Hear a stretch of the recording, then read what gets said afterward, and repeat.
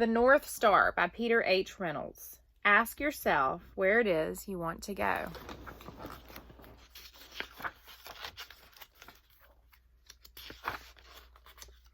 A sweet breeze met the boy as he awoke to his journey. He traveled on all fours for quite some time, and he grew. And he paused. One day he had the urge to stand, to walk. It made his journey easier.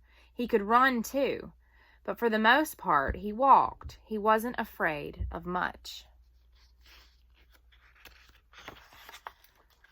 He wandered the fields exploring, sometimes stopping, sometimes going happily in circles, sometimes dancing, sometimes napping.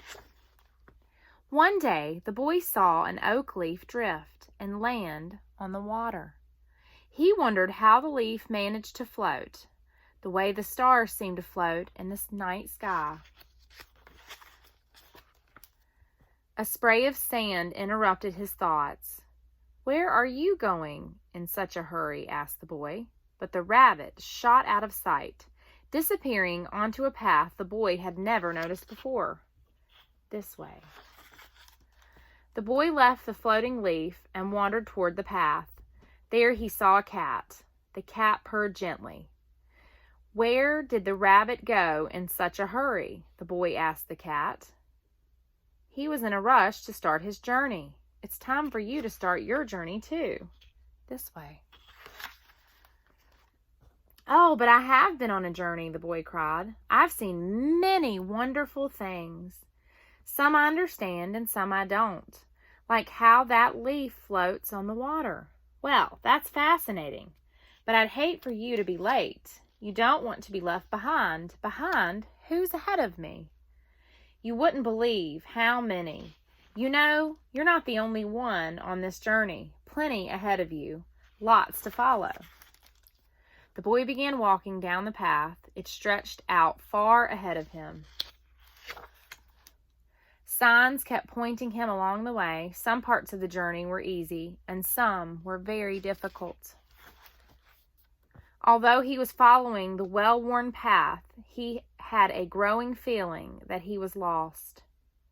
The forest seemed to be growing thicker. The soil was wet and muddy, making every step a struggle. Clouds had rolled in overhead, and the darkness closed in all around him.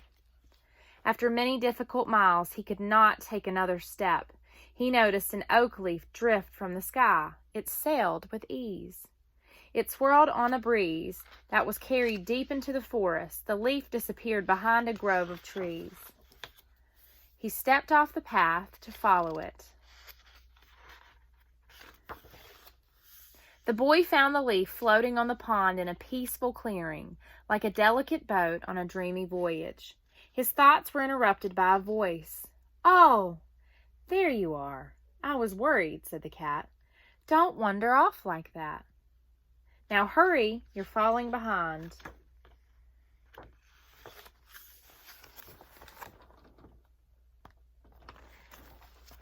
So the boy ran and ran and ran, and as he ran, he noticed the forest getting darker and darker. The muddy ground became covered with water. He could no longer see the path. He sloshed through the swamp until he came to a clearing in the forest. There he saw a bird. "You look lost," the bird said. "I don't think so. I'm not sure if I'm lost," the boy replied. "I really hadn't thought about it." "Hadn't thought about it," said the bird. "You must have some idea of where you're going." "Yes." "Well, I've been following the path. It seems as if many people have taken it before me, and there have been many signs along the way. And a very helpful cat guided me back to the path when I started to wander." The crickets fell silent, and the bird asked, "But where do you want to be going?" "I'm not sure," said the boy as he looked around at the dark, tangled swamp. "But I do know that this isn't where I want to be. I guess I am lost." The bird said, "Ask yourself where it is you want to go, and then follow the signs you already know." What signs? Where are they? But the bird flew off in the cloudy night sky. The boy looked up into the sky, something he had not done in a very, very long time. He tried desperately to see where the bird had gone, and as he did, the clouds seemed to melt. And there above him was a star, a very bright star. The boy stared at the star and felt a pang in his heart, a tingling in his spine, a whisper in his ear. He could hear the star. The voice sounded so familiar. The boy began to walk toward the star, and as he did, he noticed many other stars stretched out above him like a great big map. They had been there all along, waiting for him. He stopped and rested a moment, savoring his guiding stars. "What are you staring at?" croaked the voice behind him. "What is up there? What's so interesting?" The boy wadded closer and answered, "Stars. I'm looking at the stars." "What stars?" asked the frog. "I see a dark sky and mist and low green clouds." "You don't see them?" the boy asked. "They're helping guide me out of the swamp. Would you like to come with me?" "No, thank you," the frog smiled. "I'm quite at home here in the bog. I swam here as a tadpole and grew up here, and here I will stay." The boy realized at that moment that everyone had a different journey, different signs and different stars, their own constellations. The boy left the frog, who croaked a farewell. "Good luck on your journey." As he ventured beyond the swampy forest, the boy heard a cry. It was the rabbit, who had been in such a hurry earlier. Looking tired and hungry, he was stranded on a limb in the middle of the rushing river. The boy waded out, but realized the river was too deep. The rabbit was trapped. Then he saw an oak leaf drift by, and it gave him an idea.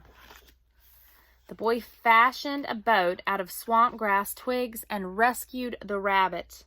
The boy smiled, having helped make the rabbit's journey easier. The boy looked up, and he noticed that the star had become even brighter. He followed the star, and as he did, the muddy ground grew drier, grassy, then soft and sandy. Finally, he came to rest atop a dune.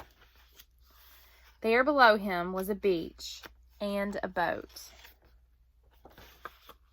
The boy looked out toward the horizon. The star glowed steadily, reminding him that he still had a long journey ahead, but it was his own journey, and his very own wonderful journey.